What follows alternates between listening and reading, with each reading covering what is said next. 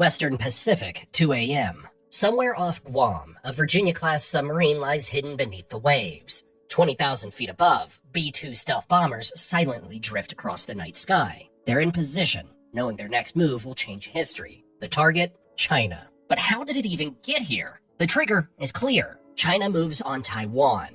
For Washington, this isn't just another conflict. Taiwan is a strategic partner, and crossing that line can't be ignored. The US has the most powerful military on Earth. China has home turf, one of the largest armies in the world, and a wall of long-range missiles meant to keep the US Navy away. NATO hesitates. European leaders call for diplomacy. Japan, South Korea, and Australia allow US use of bases, but their soldiers stay home.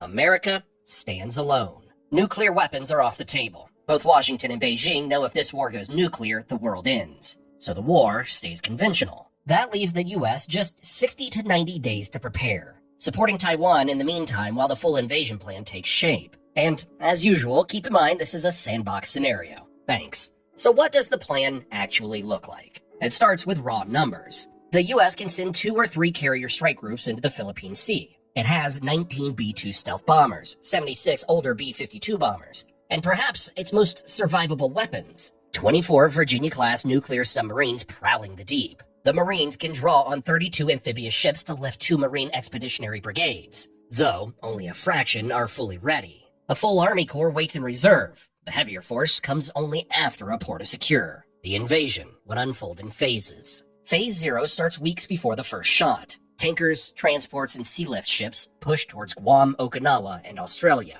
Pre-positioned stocks, shipping containers full of weapons and supplies kept ready in advance, are moved into place. U.S. cyber units probe Chinese networks, planting hidden access points, jamming radar data, and slipping false signals into enemy systems. In orbit, Space Force shifts satellites into wartime posture, deploying small backups to keep communications alive once China begins trying to blind the sky. Phase 1 is the opening strike. B-2 stealth bombers fly in to hit Chinese radar, missile batteries, and command bunkers. Virginia-class submarines launch cruise missiles at ports, fuel farms, and coastal defenses. U.S. carriers wait hundreds of miles offshore, launching F-35C stealth fighters and EA-18G Growlers. Jets designed for electronic warfare to hammer missile sites. Super Hornets fire long-range anti-ship missiles at Chinese destroyers. The goal isn't to level the coast, it's to open short-lived corridors through China's air defenses, just wide enough for the next phase. Phase 2 is about sea control. U.S. submarines wait at the choke points, ambushing Chinese ships as they leave port. B-52 bombers drop sea mines across straits,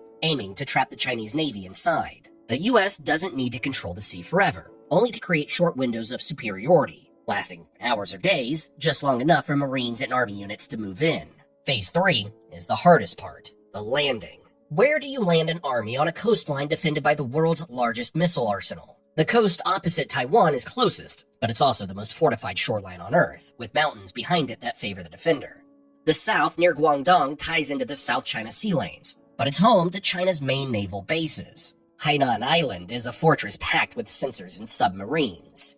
Even the softer-looking Beibu Gulf lies well inside of range of China's DF-21 and DF-26 missiles, designed specifically to sink ships at sea. And the U.S. doesn't need just a beach, it needs a port. Without one, the supply convoys can't keep moving. The military has floating piers and offload systems, but they aren't built to withstand precision missile strikes. That makes the mission clear.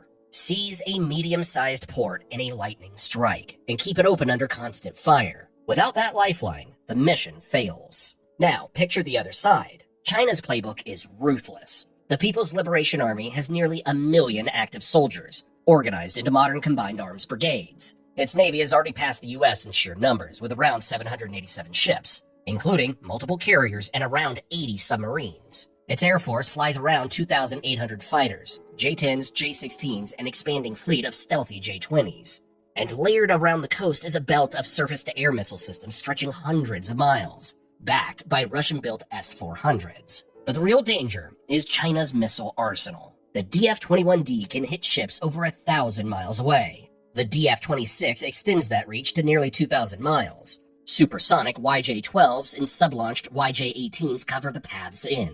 If China's radar and targeting network stays alive, every American ship risks being swarmed by guided missiles. On top of that are waves of kamikaze drones and the new DF-17 hypersonic glider aimed at bases and tankers. China doesn't need to sink everything, just enough to make Washington hesitate. And Beijing has other cards to play. Its hackers attacked U.S. logistics software, scrambling convoy schedules. Its jammers spoofed GPS, forcing U.S. pilots and missiles to rely on older navigation systems. Its anti-satellite weapons cut Americans' eyes and ears in orbit. Suddenly, Marines may be storming a beach with broken communications, fewer smart weapons, and supply convoys that can't even reach them. So what happens when theory collides with reality? First, America burns through its stockpiles fast. Pentagon war games show the U.S. running out of precision missiles in weeks. Tankers and supply ships become the weak points. And no matter how many troops you land, if you can't feed them, fuel them, and keep ammo flowing, they collapse on the sand. Meanwhile, political and economic pressure goes through the roof. Global shipping halts, energy markets shake, stock markets crash. At home, Americans watch the news.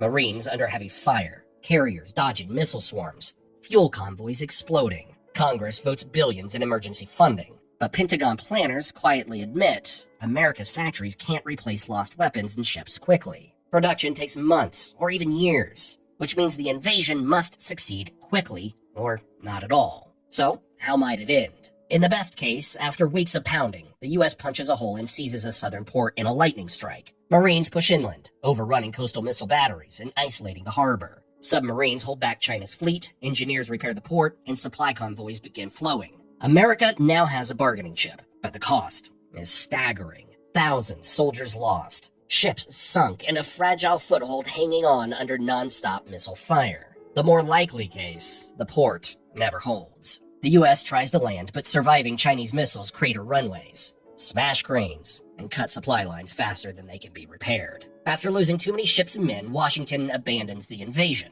Instead, America shifts to blockade, long-range strikes, and raids. China bleeds economically, but the PLA still holds its ground. The war drags on without a U.S. foothold on the mainland. And then there's the nightmare. China's sensors survive intact. The strike chain, detection, tracking, and missile launch stays unbroken. Waves of DF-21 and DF-26 missiles smash into a U.S. carrier group. An amphibious ship goes down, taking thousands of Marines with it. Sea-lift convoys burn at sea. Under political shock and logistical collapse, Washington halts the invasion entirely. Beijing declares victory, boasting it has repelled the most powerful military on Earth. The timeline is unforgiving. Weeks 1 through 4, bombing runs, missile duels, and submarine ambushes. Months 2 through 4, either a fragile foothold or a pivot to blockade. Beyond 6 months, it becomes a war of industry. America's limited stockpiles grinding against China's large numbers and proximity. So who wins? On paper, U.S. bombers and submarines can gut fleets. But China doesn't have to win at sea. It just has to hold its coast. Unless America can seize and keep a port alive under constant fire, the odds of success are slim. The realistic outcome isn't a U.S. march on Shanghai, but a tough standstill, a long, punishing air-sea battle, a tight blockade, and a global economy in ruins. Which leaves the last question. Not whether the U.S. could invade China, but whether the world could survive what follows. And if you thought invading China was tough, imagine the tables turned. What if NATO had to invade the United States? Watch the video on your screen to find out.